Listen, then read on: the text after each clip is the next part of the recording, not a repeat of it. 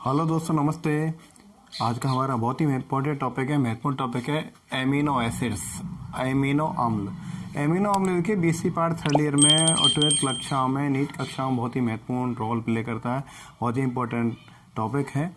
तो आइए शुरू करते हैं। एमिनो अम्ल, एमिनो एसिड्स वे कार्बनिक यौगिक ऑर्गेनिक कंपाउंड्स जिनके मॉलिक्यूल में एमिनो NH2 तथा कार्बोक्सी COO दोनों समूह उपस्थित होते हैं। Both group are present in this organic compound known as amino acid. जिन कार्बनिक यौगिक में एमिनो NH2 तथा COO कार्बोक्सी दोनों समूह उपस्थित होते हैं उन्हें क्या बोलेंगे? एमिनो एसिड बोलेंगे। देखिए एमिनो एसिड का जो कंस्ट्रक्शन है वो देखते हैं। एमिनो एसिड 2 वर्ड से मिलकर बना है। एमिनो सेकंड एसिड, एमिनो का मतलब NH2 और NH2 एमिनो एसिड COO। तो एक एग्जांपल ले लेते हैं इसका। कोई भी ऑर्गेनिक कंपाउंड है COOH ले लिया मैंने, इस तरह से एक ऑर्गेनिक कंपाउंड ले लिया। अब यहाँ पर मैंने यहाँ पर एक जोड़ दिया NH2, किसका ऐड कर दिया? NH2 का। अब देखिए इस कार्बनिक कंपाउंड में, ऑर्गेनिक कंपाउंड में NH2 एमिनो ग्रुप भी है और एसिडिक COOH ग्रुप भी है। तो ये कौन हो गया? Amino group. और दूसरा कौन हो गया? Acidic group. कौन सा ग्रुप है? एसिडिक ग्रुप, अम्लीय ग्रुप। जिसमें एमिनो ग्रुप और अम्लीय ग्रुप दोनों पाए जाते हैं उसे सीधी भाषा में बोलते हैं एमिनो अम्ल। क्लियर बात? अब देखिए ये फॉर्मूला है एमिनो एसिड का, एक कोई कंपाउंड है। अब इसके देखो हम क्लासिफिकेशन देखते हैं। Classification of amino acids, classification की बात करते हैं। क्लासिफिकेशन ऑफ एमिनो एसिड्स, वर्गीकरण या क्लासिफिकेशन देखते हैं। देखो क्लासिफिकेशन की जब बात आती है तो क्लासिफिकेशन हमेशा किसी बेस पर डिपेंड करता है। तो क्लासिफिकेशन का बेस है, पहला बेस है COOH के सापेक्ष NH2 की स्थिति के आधार पर क्या होता है? COOH के सापेक्ष NH2 की स्थिति के आधार पर इसका वर्गीकरण हम करते हैं। तो इसमें पहला जो टाइप होगा, देखो कोई भी ऑर्गेनिक जो चेन होती है उसमें alpha carbon, beta carbon, gamma carbon, delta carbon ये होते हैं। तो यहाँ पर देखो इसको बोलेंगे हम अल्फा एमिनो एसिड। पहला है अल्फा एमिनो एसिड। COOH के सापेक्ष NH2 की स्थिति के आधार पर हम क्लासिफिकेशन देख रहे हैं alpha amino acid. Alpha amino acid का मतलब COOH के अल्फा C पर NH2 स्थित। NH2 की स्थिति कहाँ है?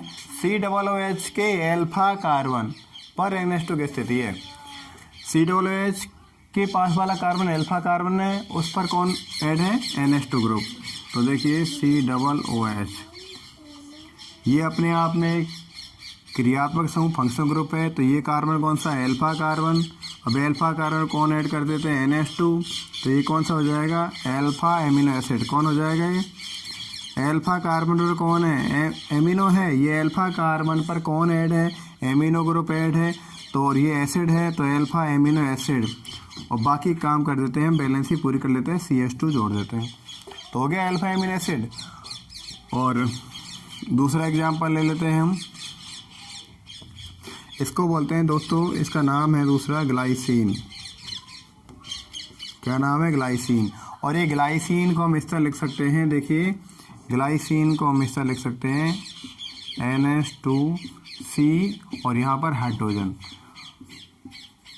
एक ही कार्बन पर 2 हाइड्रोजन यहाँ पर ऐड है। इसका मतलब ये कार्बन कैसा कार्बन है? This carbon is a asymmetric carbon. कैसा कार्बन है? असममित कार्बन है। कैसा कार्बन है? Asymmetric carbon. इसका सीधा अर्थ है glycine asymmetric alpha amino acid है। कैसा एसिड है? Asymmetric alpha amino acid. Glycine कैसा है? असममित अल्फा एमिनो अम्ल है। क्यों?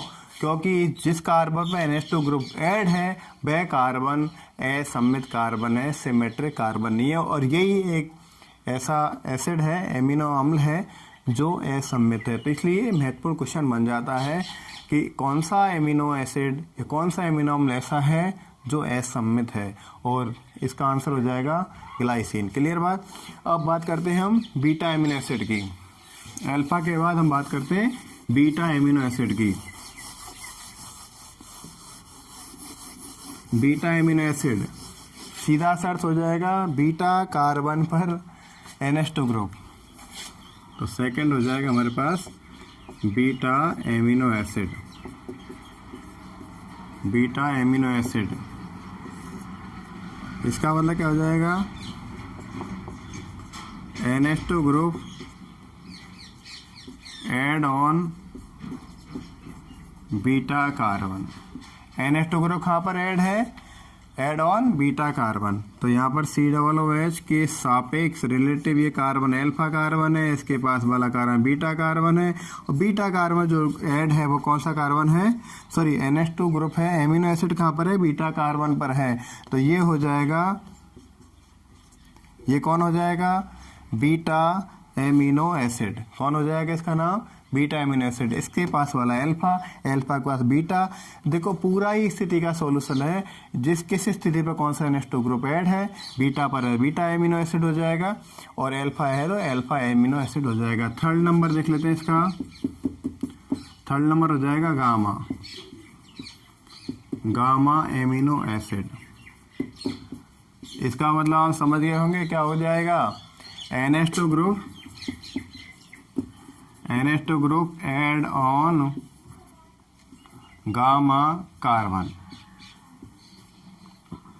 NH2 ग्रुप कौन से कार्बन पर है? गामा कार्बन पर है। तो COOH ये हो गया अल्फा, ये हो जाएगा बीटा, और तो ये हो जाएगा गामा। और गामा पर कौन है दोस्तों? NH2 ग्रुप है। तो इसका अर्थ सीधा सा है, जब NH2 ग्रुप गामा कार्बन पर स्थित हो, गामा कार्बन स्थित है, तो इसे बोलेंगे गामा एमिनो एसिड। कौन सा एसिड बोलेंगे? Gamma amino acid. क्लियर बात? क्लियर बात? तो ये कौन से स्थिति है? COOH के सापेक्ष NH2 की स्थिति के आधार पर एमिनो एसिड का क्लासिफिकेशन है। ठीक है, अब देखें इसके बाद हम क्लासिफिकेशन का दूसरा बेस, सेकंड बेस इसका क्या हो सकता है। हम पढ़ रहे हैं क्लासिफिकेशन, हम पढ़ रहे हैं अल्फा एमिनो एसिड और इसकी क्लासिफिकेशन। अब क्लासिफिकेशन तो NH2 ग्रुप की जो पोजीशन है कार्बन पर उसके अकॉर्डिंग है। दूसरा बेस यहाँ पर देखते हैं, सेकंड बेस।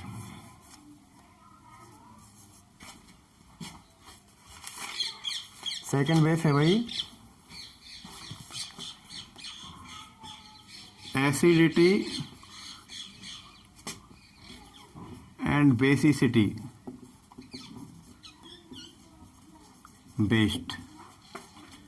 अम्लीयता और क्षारीयता पर आधारित। अम्लीयता व क्षारीयता पर आधारित। देखो अब यहाँ पर पहला हम फर्स्ट नंबर देखते हैं, एसिडिक एमिनो एसिड। देखो वर्ड क्या कह रहा है? अम्लीय एमिनो एसिड। अम्लीय एमिनो एसिड, इसका मतलब अम्ल कौन सा है इनमें? अम्ल कौन सा? पूरा COOH एसिडिक है। और यहाँ पर जैसे हमने एक एग्जांपल ले रहे हैं बस, और ये देखिए ये एसिडिक है, ये एसिड है, और ये कौन है? बेस है। NH2 की जो सिचुएशन वो कैसी होती है? बेस्ड होती है, क्षारीय होती है। NH2 की स्थिति क्षारीय होती है और COOH की एसिडिक होती है। ठीक है, अब यहाँ पर कौन है? यदि COOH की संख्या ज्यादा हो, COOH की नंबर अधिक तथा NH2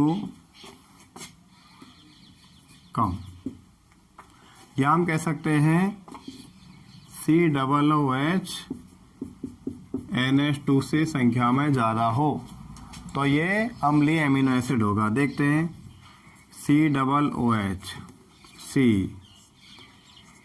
और यहाँ पर जोड़ देते हैं NH2 और यहाँ पर इसको लगा देते हैं COOH और H। यहाँ पर देखिए COOH ज़्यादा है, NH2 एक है, COOH कितने हैं 2, NH2 कितने हैं 1, ज़्यादा कौन सी मात्रा है अम्ल की, तो हो जाएगा ना एसिडिक या अम्लीय एमिनो एसिड। एग्जाम्पल हम अगला भी ले सकते हैं, एक एग्जाम्पल और ले लें। चैन तो बढ़ानी हमें करना क्या है भाई,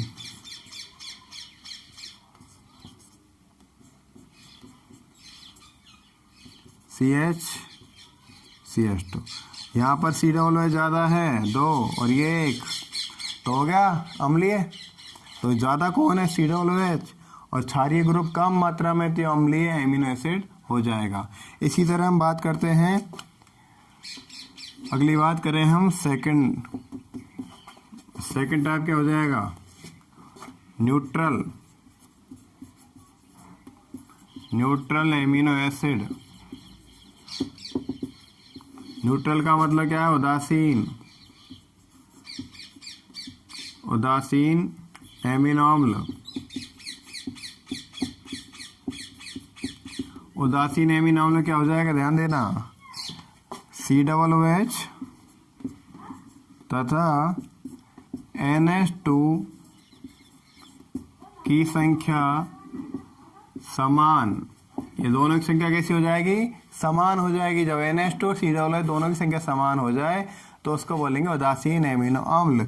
तो ऐसा एग्जाम्पल हम ले लेते हैं, एक COOH 1 और यहाँ पर कौन है NH2 भी 1।